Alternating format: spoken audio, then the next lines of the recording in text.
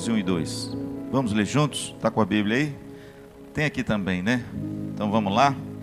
Não se turbe o vosso coração. Credes em Deus, credes também em mim. Na casa de meu Pai há muitas moradas. Se assim não fora, eu vos teria dito, pois vou preparar-vos lugar. Irmãos, o Monte Everest é o maior pico que existe na face da terra.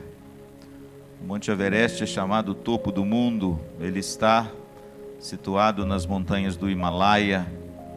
E na Bíblia ele é designado como Monte Ararat.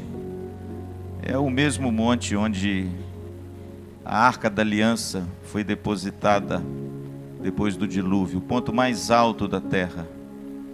O Monte Everest tem 8.848 metros de altitude. Você pode imaginar um negócio desse?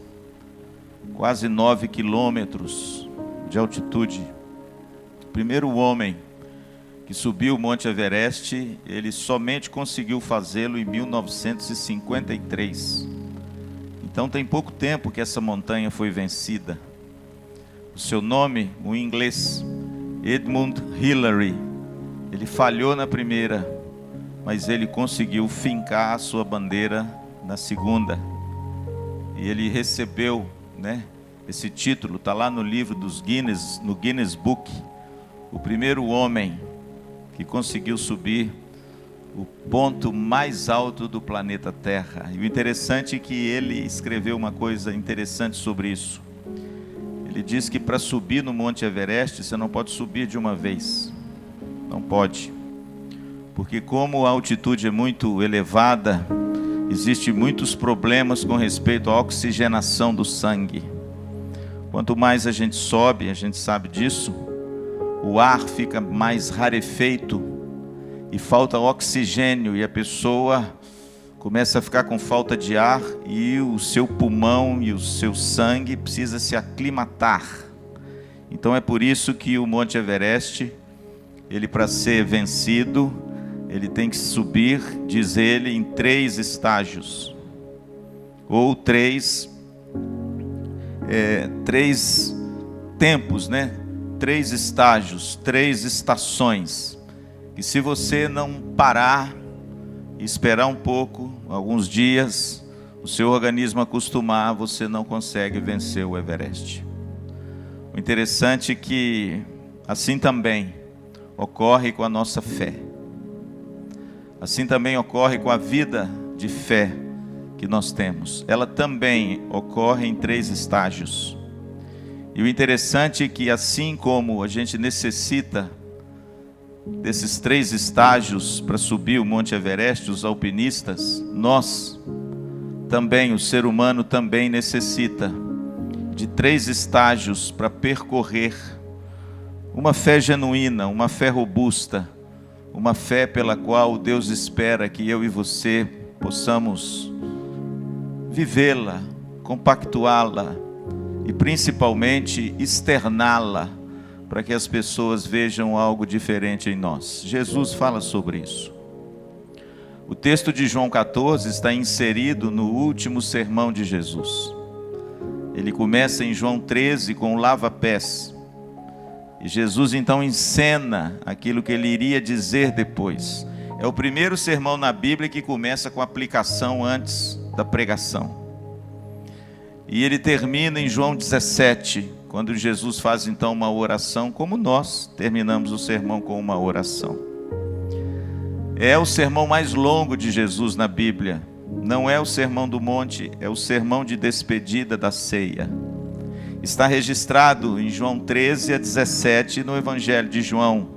E o capítulo 14 está inserido nesse sermão, quando Jesus então consola os seus discípulos, falando sobre eles a presença do Consolador. Se você vê a partir do verso 16 de João 14, ele diz assim: eu rogarei ao Pai e ele vos dará um outro Consolador. Mas ele começa no capítulo 14 mostrando aos seus discípulos que a verdadeira fé, a fé genuína, aquela fé que Cristo espera dos seus, está aqui em João 14, 1 e 2. Esses dois pequenos versos, eles contêm as estações da fé. Eles contêm os estágios que eu e você precisamos trilhar, subir, para que a gente alcance aquele patamar da fé que Deus espera. E é isso que eu quero rapidamente traçar com vocês nessa noite. O primeiro estágio, Jesus diz assim, versículo 1, no capítulo 14, não se turbe o vosso coração, primeiro, credes em Deus. Esse é o primeiro estágio da fé, é crer em Deus. O primeiro estágio da fé é você sair, migrar do ateísmo para o teísmo. Aliás, o termo teológico para aquele que crê em Deus é teísmo. Nós somos teístas. Por quê? Porque o teísta é aquele que crê em Deus. Esse é o primeiro estágio. Esse é a primeira estação da fé. Quando você vive alheio à realidade de Deus, ou quando você descrê da presença de Deus, e agora você passa a crer em Deus. E é por isso que Jesus começa na ordem certinha. Ele diz, olha, não fiquem perturbados, creiam em Deus. Esse é o primeiro estágio. Essa é a primeira estação para você subir o seu Everest da fé, o seu desafio da vida de fé. O interessante é que é da descrença para a crença, é do alheamento à realidade de Deus à presença da realidade de Deus. A Bíblia tem um exemplo muito clássico e claro de uma pessoa que viveu essa realidade. Como é que ele chama, pastor? Jacó. Jacó não tinha a fé do seu pai, de Isaac. Porque antes de Gênesis 28, ele se reporta a Deus como o seu Deus. Ele fala com seu pai, o seu Deus. Não era o Deus de Jacó. Jacó não conhecia o Senhor. Jacó talvez seria hoje, na sociedade moderna, um ateu. Nasceu num lar onde a fé em Deus era muito forte, mas ele mesmo não dá mostras de que ele cria em Deus. Mas Deus monta um cenário, e a Bíblia diz que ele sai da sua casa, Gênesis 28, a partir do verso 16, fugido, porque ele arma uma tramóia contra o seu irmão mais velho, que na verdade era gêmeo dele, mas tinha primogenitura. Você conhece a história? Ele arma lá uma artimanha, e ele pega a primogenitura do irmão por um prato de cozinhado que ele faz para Esaú, quando ele chega cansado do campo, e ele diz, olha, você pode comer desse meu cozinhado, mas primeiro você me vende o direito de primogenitura. E ele então usurpa esse direito que era do irmão, mas a vida que segue. Mas teve um outro incidente muito mais sério, quando o seu pai já tinha os olhos alvejados pelo tempo, e ele manda chamar Esaú para abençoá-lo, porque ele era o primogênito. E a mãe, Rebeca, arruma um ardil e veste Jacó com a roupa de Esaú e coloca ele diante do pai, perfuma ele com o perfume do irmão. E quando ele toca em Jacó, pensando que é Esaú, ele abençoa Jacó e diz, olha, todos serão servos teus. Você prosperará, você receberá do orvalho do céu a sua provisão, e todos os seus irmãos o servirão. Quando Esaú fica sabendo que Jacó usurpou a bênção, Esaú fala que iria matá-lo. Eu estou encurtando a história. A Bíblia diz que Rebeca arruma um jeito e tira Jacó de casa para voltar para sua terra de origem, a terra de Harã. E o texto diz que Jacó então ele parte em direção à terra do seu tio Labão, irmão de Rebeca, porque lá ele ficaria mais ou menos escondido da ira de Esaú, que procurava matá-lo, e assim também conseguir uma esposa da sua parentela. Pois bem, a Bíblia diz que Jacó quando ele parte à noite, ele resolve montar um acampamento, Gênesis capítulo de número 28, num lugar chamado Luz.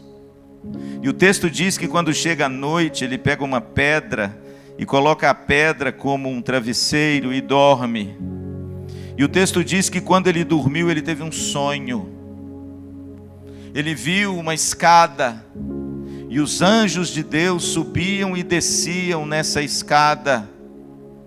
E hoje a gente sabe muito bem que escada é essa, porque a interpretação do sonho de Jacó está no Evangelho de João capítulo 1. Essa escada ligava o céu à terra, e os anjos de Deus subiam e desciam nessa escada. Jacó, no sonho, ele anteveu essa religação, essa reconciliação do homem com Deus, mas vindo de Deus, porque a escada era do céu à terra. E lá no Evangelho de João, Jesus fala que ele é a escada de Jacó.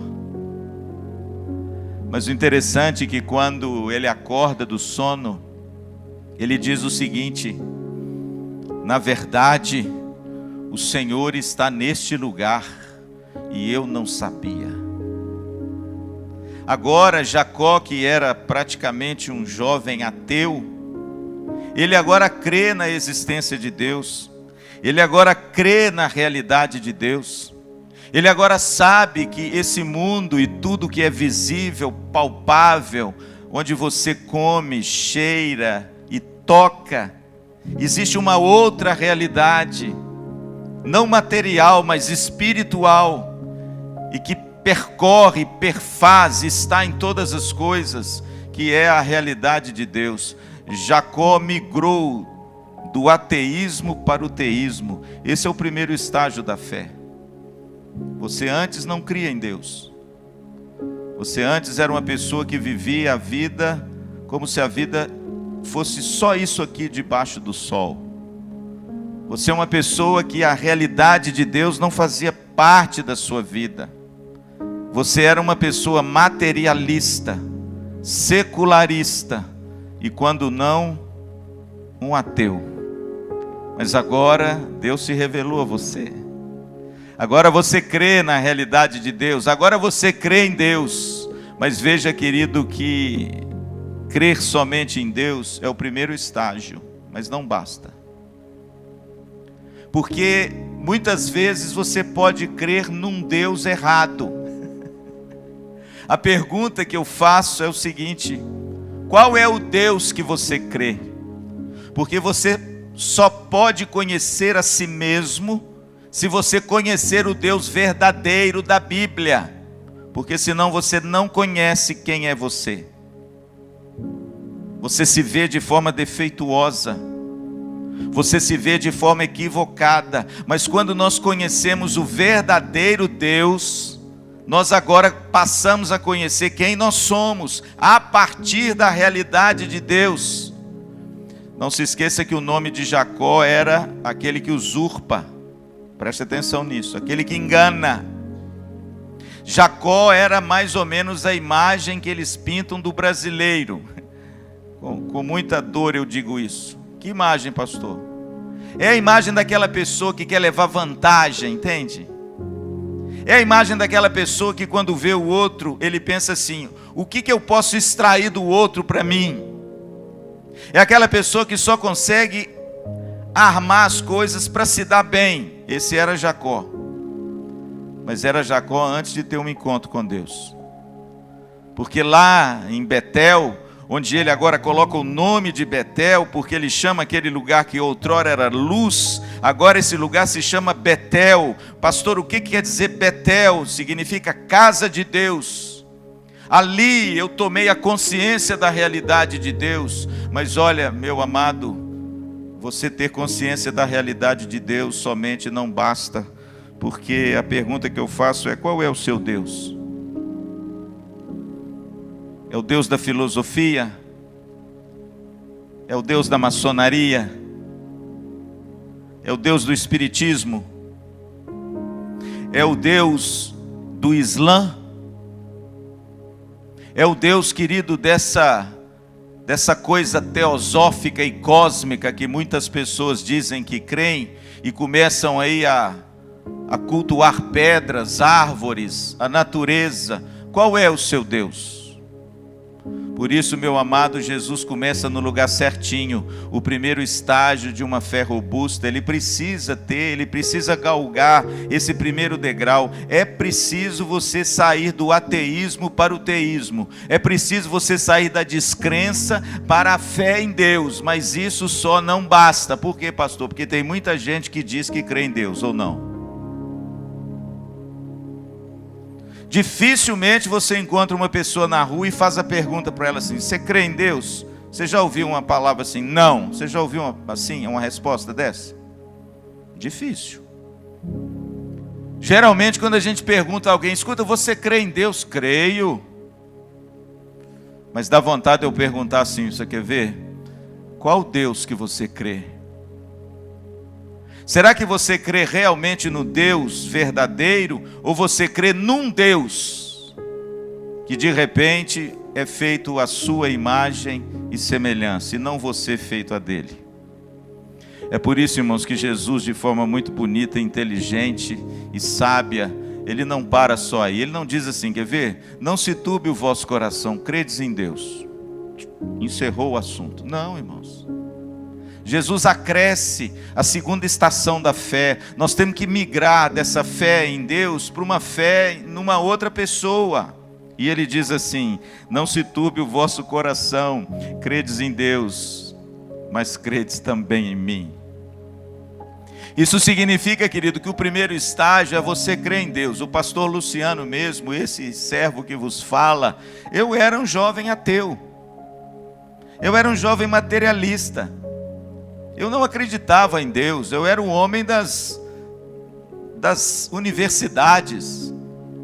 A minha família não era uma família cristã que professava fé. Eu era um jovem que não acreditava muito nessas coisas, achava que isso era invenção. Mas um dia, Deus revelou a sua graça em mim, e eu compreendi que há algo mais do que os meus olhos podem ver, do que minha mão pode tocar, do que eu posso enxergar. Eu compreendi que existe uma realidade maior do que essa realidade. Tudo bem, não é uma realidade material, mas nem por isso deixa de ser uma realidade verdadeira. É uma realidade espiritual. Essa doce presença de Deus, como Jacó naquele sonho e acorda, diz: olha, o Senhor está neste lugar, e eu na minha ignorância não sabia.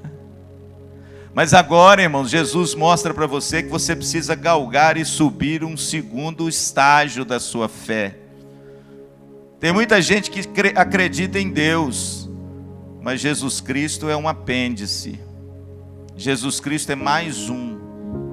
Jesus Cristo funciona mais ou menos como um guru ou um santo, dentro de todo esse escopo dos santos que tantas pessoas adoram e veneram e depositam a sua fé. O segundo estágio da fé, a segunda estação da fé, para você desenvolver uma fé robusta agora, é crer em Jesus Cristo. Primeiro é migrar do ateísmo para o teísmo. O segundo estágio é você migrar do teísmo para o cristianismo. Nós somos cristãos. E não somos cristãos porque nós cremos em Deus. Não, irmãos.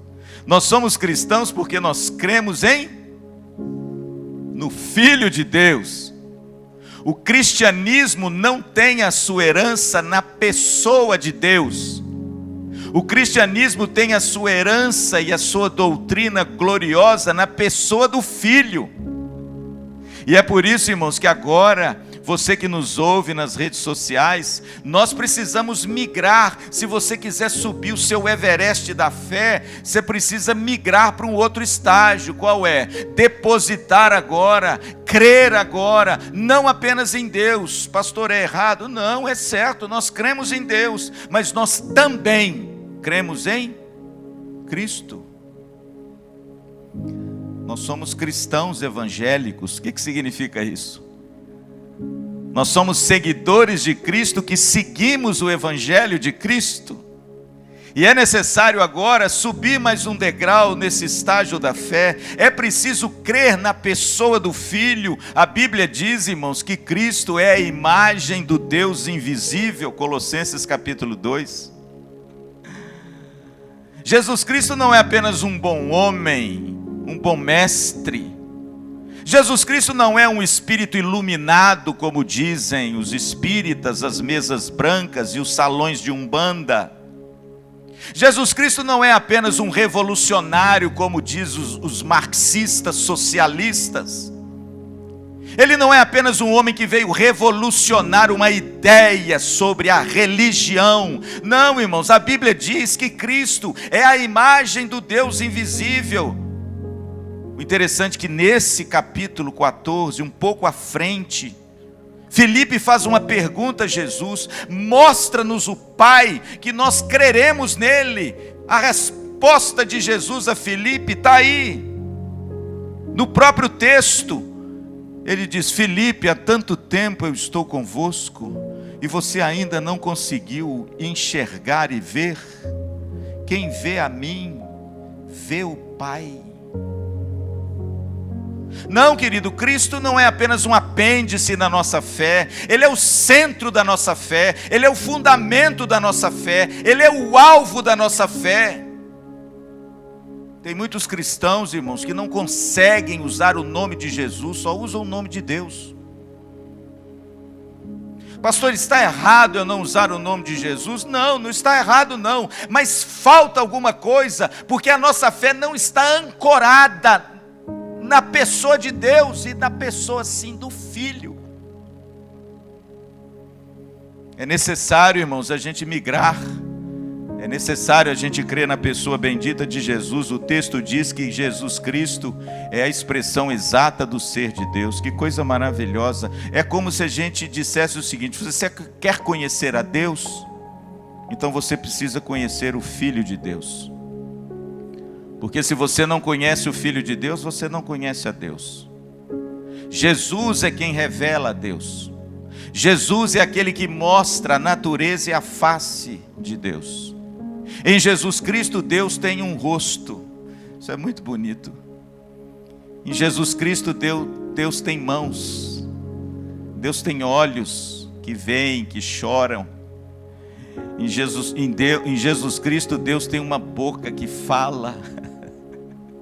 Em Jesus Cristo, Deus tem uma mão que afaga o ferido.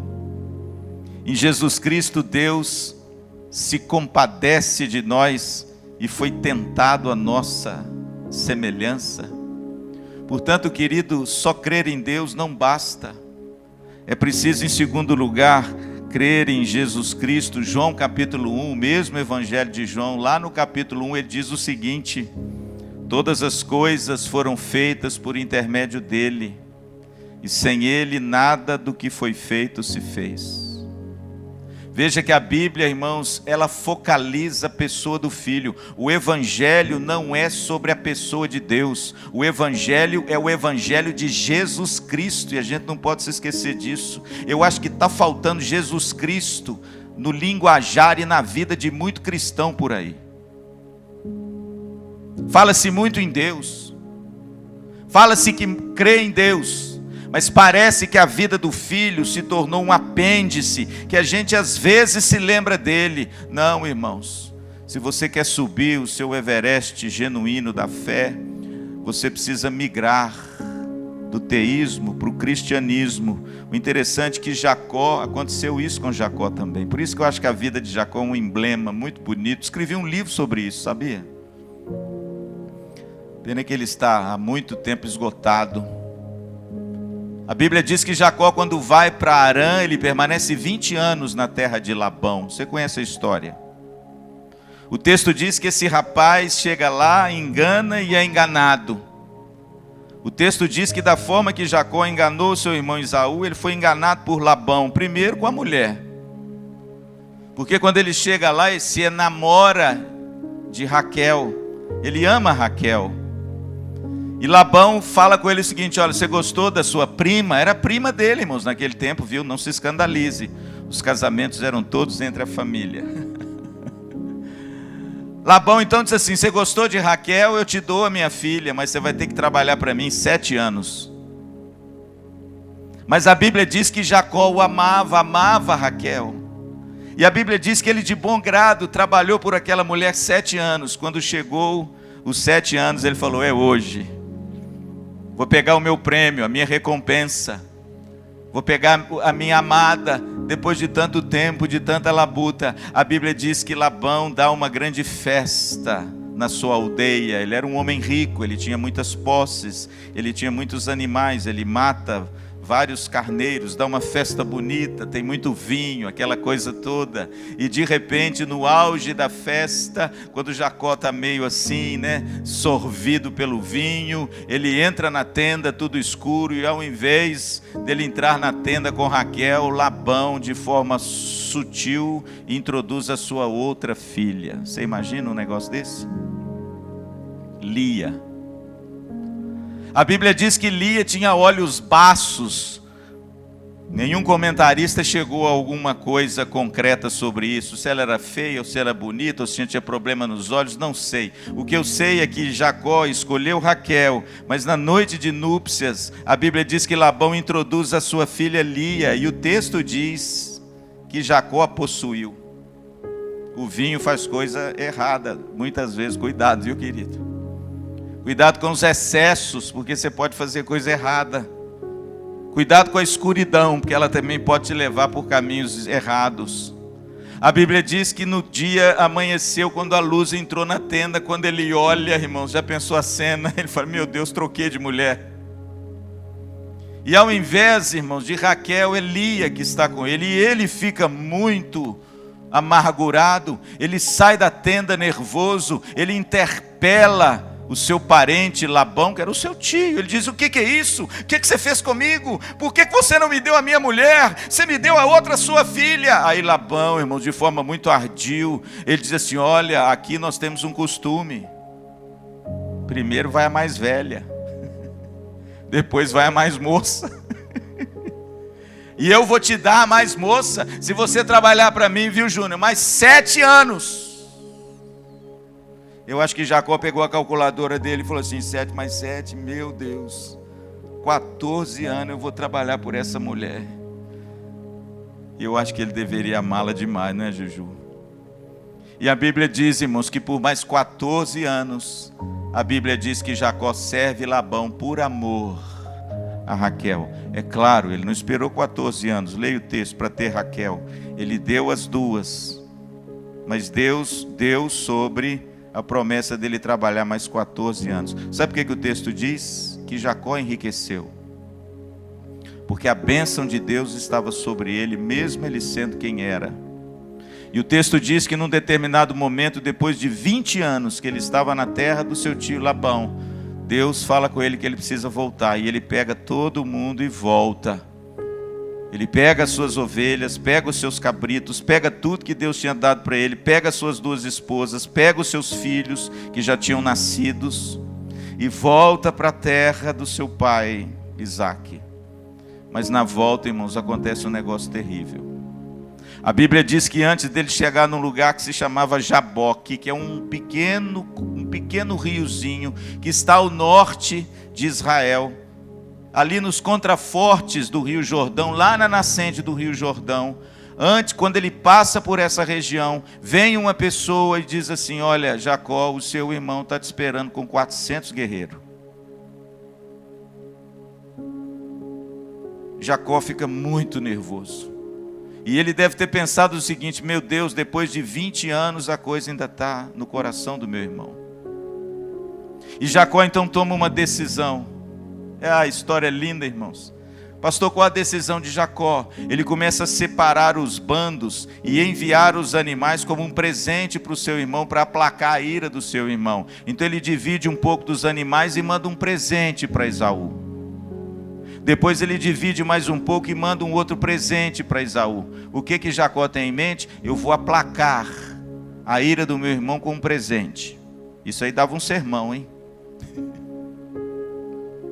Aí a Bíblia diz que depois que ele faz isso, ele não recebe mais notícias do irmão, mas aí ele toma uma decisão. Ele pega a esposa, suas 2 esposas, os seus filhos, os seus servos e tudo que ele tem, e ele os faz passar num ribeiro, numa ponte, numa coisa que transponia assim o ribeiro de Jaboque, e ele faz todos eles passarem para o outro lado, e ele fica sozinho do lado de cá. E era noite, e ele fica só.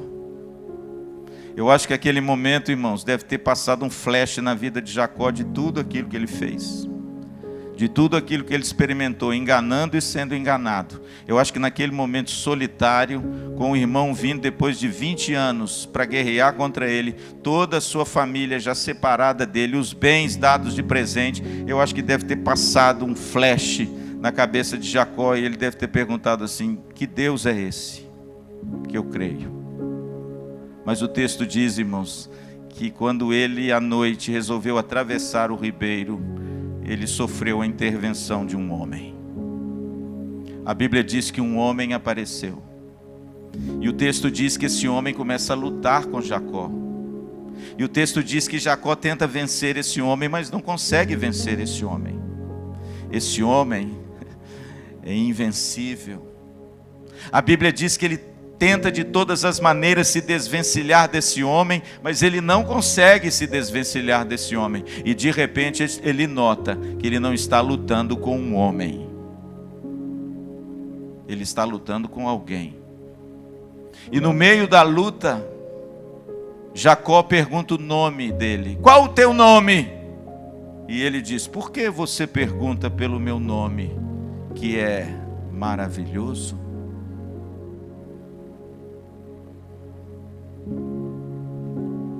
Na realidade, irmãos, Jacó estava lutando com o filho, com a segunda pessoa da Trindade encarnado numa teofania do Velho Testamento, que lutava com Jacó. E quando Jacó pergunta pelo nome dele, ele não responde. Por quê? Porque naquele tempo, declarar o nome significava que a pessoa que perguntou pelo nome e ela declarando, que essa pessoa seria a derrotada na luta, e ele vai falar o nome dele lá na frente, porque ele pergunta: qual o teu nome? E o texto diz que ele respondeu: Jacó. E o interessante é que depois que ele responde Jacó, esse homem, que é a pessoa do filho, aparecendo a Jacó lá no Velho Testamento, diz: doravante você não vai se chamar Jacó, doravante você se chamará Israel, porque você lutou com Deus e prevaleceu. É claro que Jacó não lutou com Deus, o Deus Criador, mas ele lutou com o Filho de Deus, e ele teve seu nome mudado. Por quê? Porque ali o segundo estágio da fé de Jacó se concretizou. Ele não creu apenas em Deus, ele creu também no Filho de Deus. E o texto diz, irmãos, que quando Jacó se levanta, o anjo que está com letra maiúscula tocou na articulação da coxa de Jacó, e ele levanta mancando. Para quê, pastor? Para se lembrar da marca. É muito bonita a história, irmãos. Ele marcou Jacó para mostrar para ele que a sua vida ali teve uma mudança de caráter, de natureza, e o nome simbolizava isso. Agora, o mais bonito acontece depois.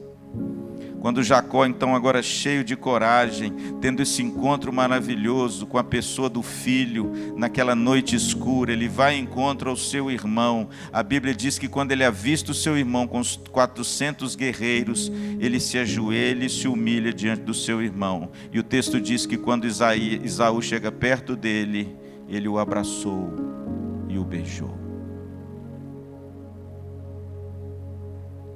É muito bonito, irmão, sabe por quê? Porque uma história que estava fadado a terminar em tragédia, terminou em reconciliação.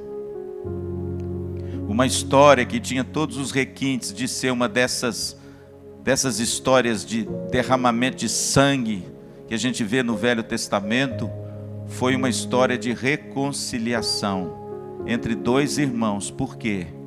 Porque Jacó teve um encontro com Cristo. É por isso, querido, que esse é o segundo estágio, entende? Essa é a segunda estação da fé.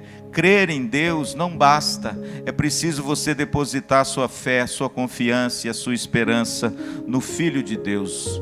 João Batista, quando 6 meses antes iniciar o seu ministério de Cristo e vendo Cristo vindo em direção a ele, foi o primeiro a reconhecer no Novo Testamento quem era aquela pessoa. Ele disse: eis o Cordeiro de Deus que tira o pecado do mundo. É Jesus Cristo, irmãos, o autor e o consumador da nossa fé.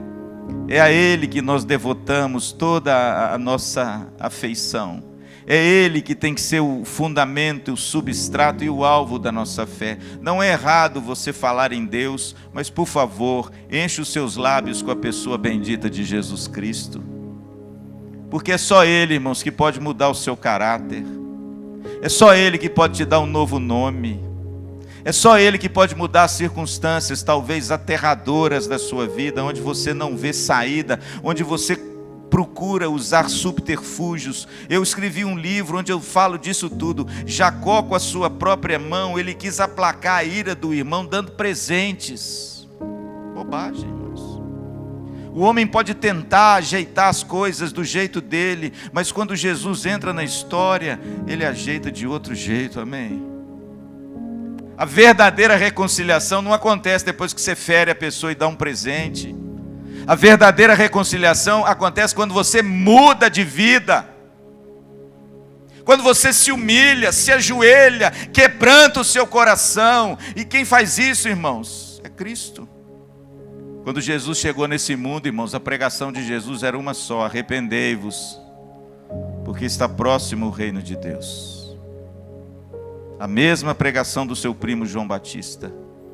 E a primeira evidência de que Jesus Cristo faz parte agora da sua vida e da sua fé é o arrependimento.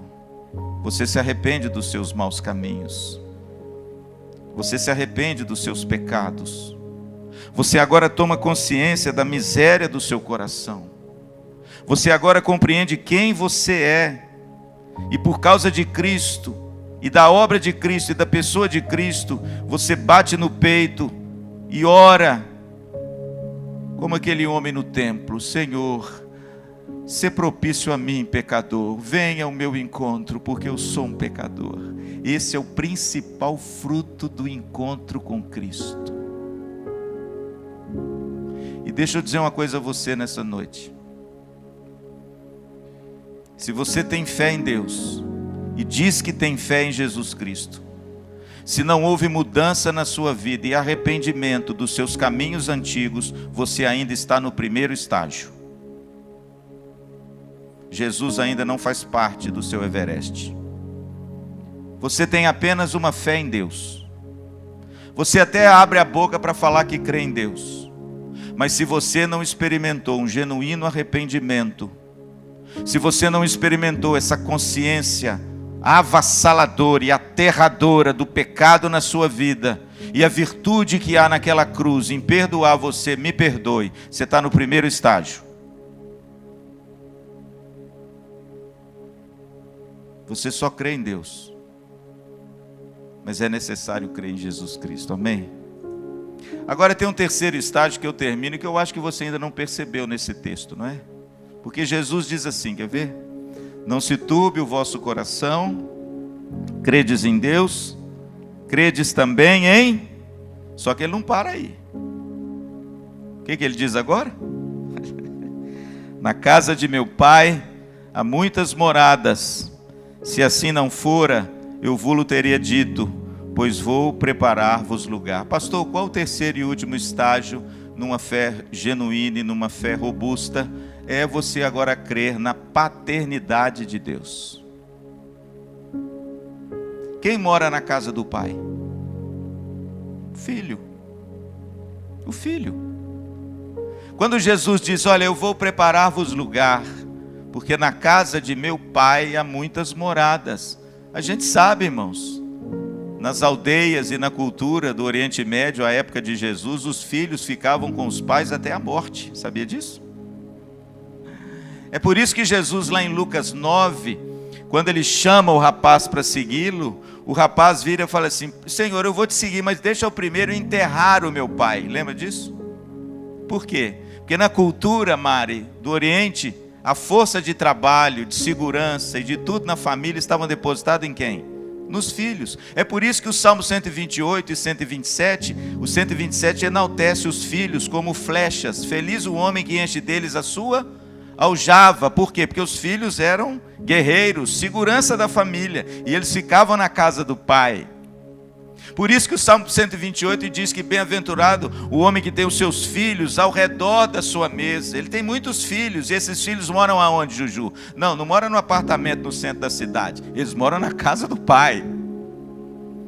Quando Jesus diz isso aqui em João 14:2, a ideia de Jesus é o seguinte: você tem que crer em Deus, você tem que crer em mim, mas você tem que crer agora que Deus é o seu pai. E não apenas um Deus transcendente, ou Jesus Cristo, Filho de Deus, apenas como Senhor e Salvador. Irmãos, deixa eu dizer uma coisa para você: Jesus veio para introduzir ou reintroduzir a imagem de Deus como Pai. A teologia do Velho Testamento perdeu essa imagem. O único profeta que fala de Deus como Pai, sabe quem é? Isaías. A única palavra pai no Velho Testamento aparece nos lábios de Isaías e ninguém mais. Por quê? Porque o judaísmo daquela época perdeu essa ideia de que Deus é pai, de que Deus é Senhor e Salvador da nossa vida em Cristo, mas Ele também é o nosso Pai, e Jesus reintroduz essa imagem do Pai. Quantas vezes Jesus, de forma reiterada, Ele fala do Pai: aquele que vê a mim, vê o Pai. O Filho revela o Pai. Na casa de meu Pai, até na oração do Pai Nosso, ela chama Pai Nosso, porque Jesus introduz a pessoa de quem? De Deus como Pai. E mais bonito de tudo é que essa pessoa introduzida por Jesus não é Pai, assim, Ele é meu Pai. A ideia é, Ele é o meu papai. A palavra Ava, que traduzido na sua Bíblia, transliterado por Abba, significa papai, paizinho, aquela figura que você tem relacionamento terno, aquela pessoa que você se relaciona com ela. Pastor, quem introduziu isso? Foi Jesus. E eu vou dizer a você, meu irmão, que esse é o terceiro estágio para você chegar no topo do Everest da fé. Por quê? Porque tem muitas pessoas que creem em Jesus apenas como Senhor e Salvador, mas tem uma dificuldade de vê-lo como Pai. Tem dificuldade de se relacionar com Ele como Pai. Tem dificuldade de repente ter um relacionamento com Cristo, tornando Cristo ao mesmo tempo a quem nós devemos obedecer, mas acima de tudo, a quem devemos amar. E quem é que ama mais um pai do que um filho? O interessante é que o Evangelho de João, no capítulo 1, se você quiser depois, você pode ir lá. O Evangelho de João começa dizendo exatamente isso: Jesus veio para os seus. Que seus, pastor? Os judeus. Ali a ideia do judeu. Ele veio para os seus, para o seu povo, para a sua raça, mas os seus não o receberam. Mas a todos quantos o receberam, Ele deu-lhes o poder. A palavra poder ali é a palavra virtude. Deu-lhes a virtude de serem chamados o quê? Filhos de Deus, a saber, os que creem no seu nome. Sabe o que significa isso, irmãos? Está certo, Jesus é Senhor, você precisa obedecê-lo. Jesus é Salvador, você precisa depositar a sua fé nas mãos deles. Mas querido, Jesus também é o seu Pai. E tem muita gente, irmãos, que não consegue se apropriar dessa imagem. Talvez porque teve um exemplo ruim em vida do pai. E às vezes tem dificuldade, irmãos, de enxergar Deus como Pai. Mas a realidade, irmãos, é que Jesus introduziu esse terceiro estágio da fé para que a gente viva uma vida plena, sabendo que mesmo que o nosso pai terreno tenha fracassado, nós herdamos um Pai do céu. Você quer ver um texto? Eu termino. Tem um texto escondido lá no Evangelho de João, no capítulo 20, no verso 17, por ocasião de Jesus aparecendo a Maria Madalena no jardim do túmulo. O texto diz que depois que Madalena fica sozinha e chora, isso é em João, o texto diz que se coloca atrás dele um homem, e ela pensa que é o jardineiro. E ela está chorando, e ele se apresenta atrás dela e diz assim: olha, por que você está chorando? E faz essa pergunta a ela. Ela falou: o senhor não sabe por que eu estou chorando? Roubaram o corpo do meu senhor, ele não está aqui. E chora, e ele está atrás dela, irmão. Aí de repente ele vira e fala assim: Maria. Quando ele fala Maria, a doce voz de dizer o nome dela, ela percebe que é Jesus. E quando ela vira, ela olha para ele e o texto diz Rabone, quer dizer meu mestre. E ela quer abraçá-lo. Irmãos, esse texto é lindo demais. A Bíblia diz que ela vai ao encontro dele e quer abraçá-lo. Ele vira para ela e fala assim: não me detenhas. Em outras palavras, não me abrace, não é hora ainda. Por quê? Por que não é hora, Senhor? Olha, é o Senhor ressuscitado, eu quero abraçá-lo. Ela: não me detenhas, ainda não subi para o meu Deus e o vosso Deus, ainda não subi para o meu Pai e o vosso Pai. Você percebe o que está acontecendo ali?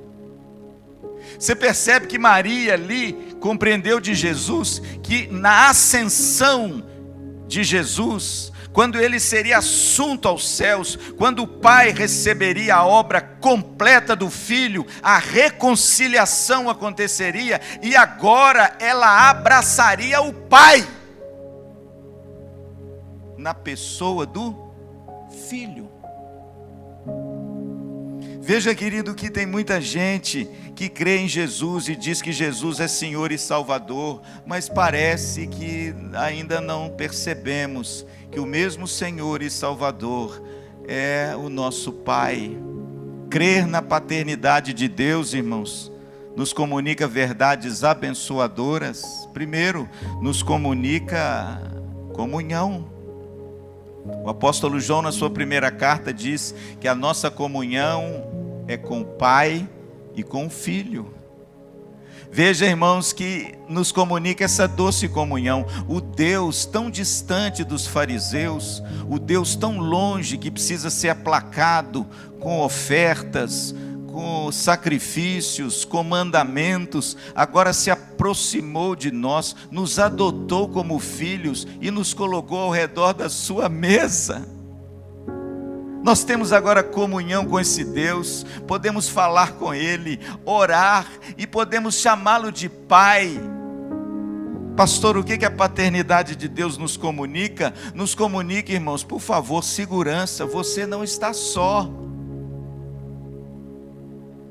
Por 366 vezes, eu torno a repetir, Jesus disse, a Bíblia diz, não temas, não temas, não temas. Por quê? Porque nós temos um Pai que é por nós, e se Ele é por nós, quem será contra nós? Diz o apóstolo Paulo. Nos comunica essa doce segurança. Capítulo 4 da primeira carta de João, no verso 18, diz que o perfeito amor lança fora o medo. Que amor é esse, pastor? O amor de um pai pelo filho.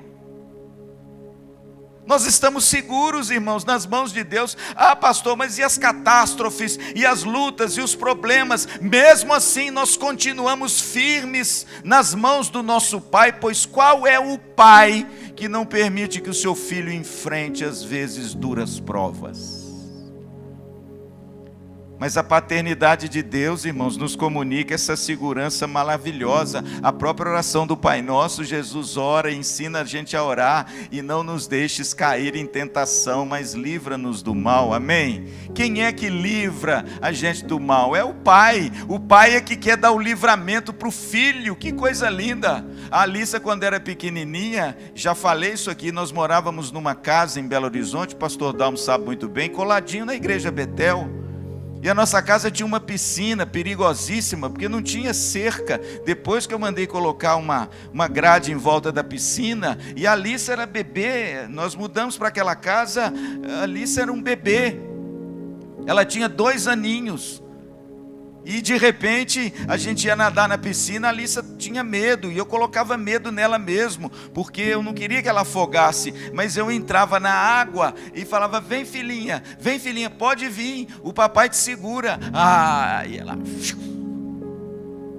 se lançava, coisa linda, e eu abraçava, e ela pulava, e eu segurava. Sabe o que significa isso, irmãos? Nós temos um pai que nos segura, nos acolhe, nos ama, cuida de nós. Tem muita gente que se esquece disso, irmãos, fica preso em problemas com pais terrenos lá atrás, e esquece que foram adotados por um pai bom e maravilhoso, pai celestial. Eu mesmo, irmãos, não tive um pai presente na minha vida. Eu mesmo não tive carinho do meu pai, pelo contrário, meu pai tinha implicância comigo. Se você encostar em mim depois, eu te conto toda a história. Eu nasci de uma mãe muito nova. Minha mãe tinha 17 anos quando eu nasci. O meu pai já tinha 25, era um homem maduro.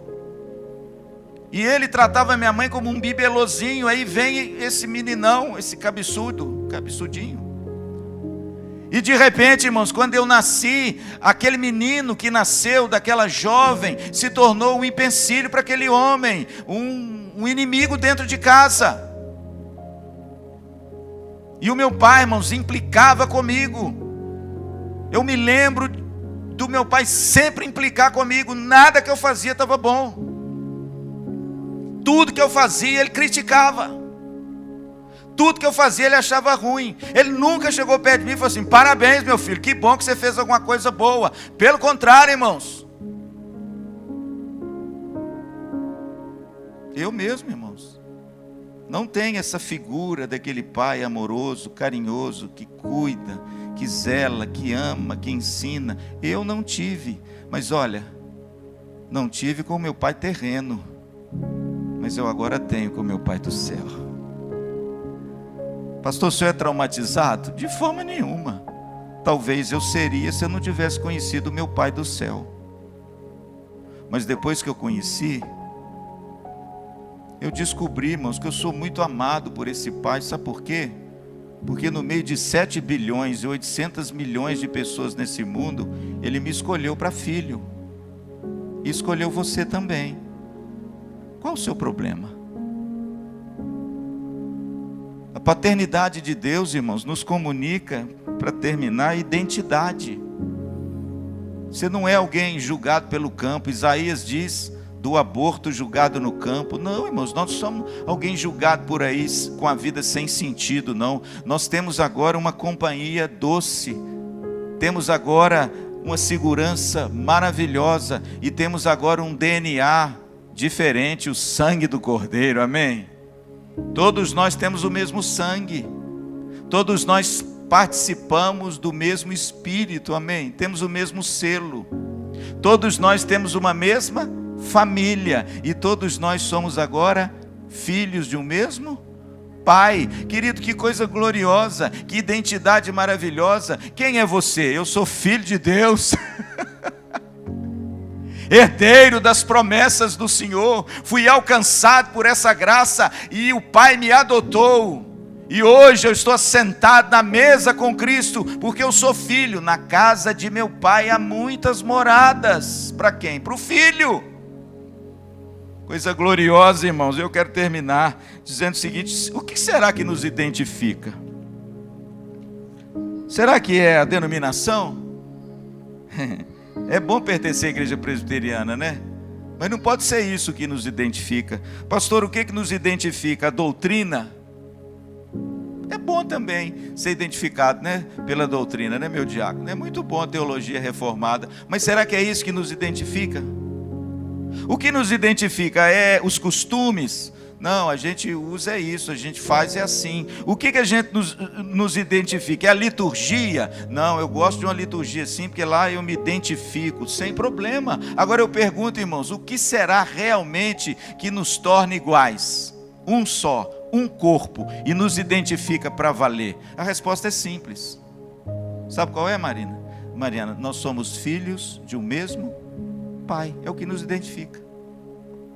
É coisa muito linda, irmão. Sabe por quê? Porque não importa se você encontra crente da Assembleia, da Metodista, da Batista, não importa se você encontra no Brasil, no Egito, no Iraque, em Bagdá, aqui na América do Sul. Quando você encontra com um cristão, ele é um filho, e o que identifica é que ele tem o mesmo pai que você. Olha que coisa gloriosa. Não é bom ter irmão? E a gente tem um monte, hein?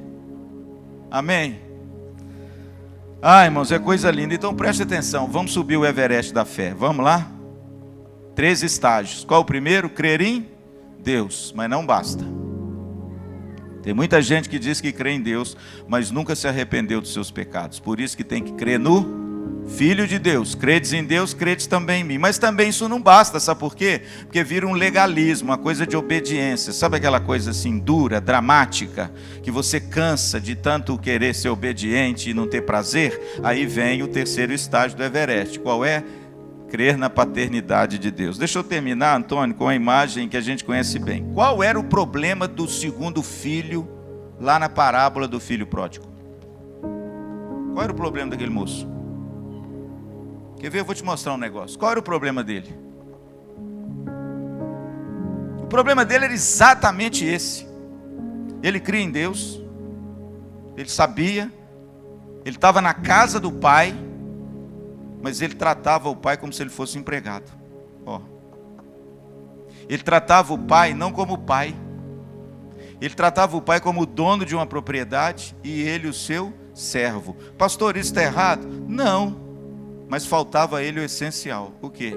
Ele entender que aquele homem que ele servia e falou isso com ele: eu te sirvo há tantos anos, nunca ganhei um cabrito, e agora vem esse teu filho, esse miserável, e você mata lá o novilho cevado. Eu sempre estava aqui, eu sempre te servi, eu sempre te obedeci. Está errado isso? Não. Mas você vê como o coração desse homem estava endurecido. Aí o pai sai lá para fora, porque ele não entra na casa. Pode ler a parábola. Ele não entra na casa. Na hora que ele ouve a festa, ele não entra. Eu não vou entrar nessa festa. Eu não quero saber dessa festa. A Bíblia diz que o pai sai lá da festa e vai encontrar com ele lá fora. E quando o pai chega, a primeira palavra que o pai fala para ele, qual é? Filho, tudo que é meu é teu. Tudo que tem aqui é teu. Eu sou teu. Qual o seu problema? Sabe qual é o problema dele, irmãos? É o mesmo problema de muitos cristãos hoje. Vive um legalismo engessado. Vive com base em leis e mandamentos, em serviços e obediência. E se esquece que tem um pai. E que a única coisa que esse pai quer e deseja também é isso, mas muito mais é você. Deixa eu fazer uma outra pergunta. Agora eu juro. A igreja de Éfeso, lá em Apocalipse, qual era o problema da igreja de Éfeso?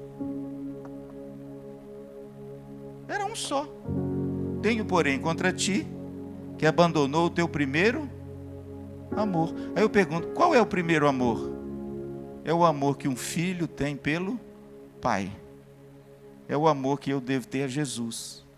É o meu coração depositado em Jesus, muito antes de tentar obedecê-lo, servi-lo com muitas coisas, é ter Ele como afeição máxima no meu coração. Amém? Não fica triste se você não tem um pai terreno, não. Você tem um pai celestial. E Ele o ama. Ele cuida de você. Você faz parte de uma família. E em Cristo, nós somos todos filhos desse mesmo Pai. Amém, irmãos?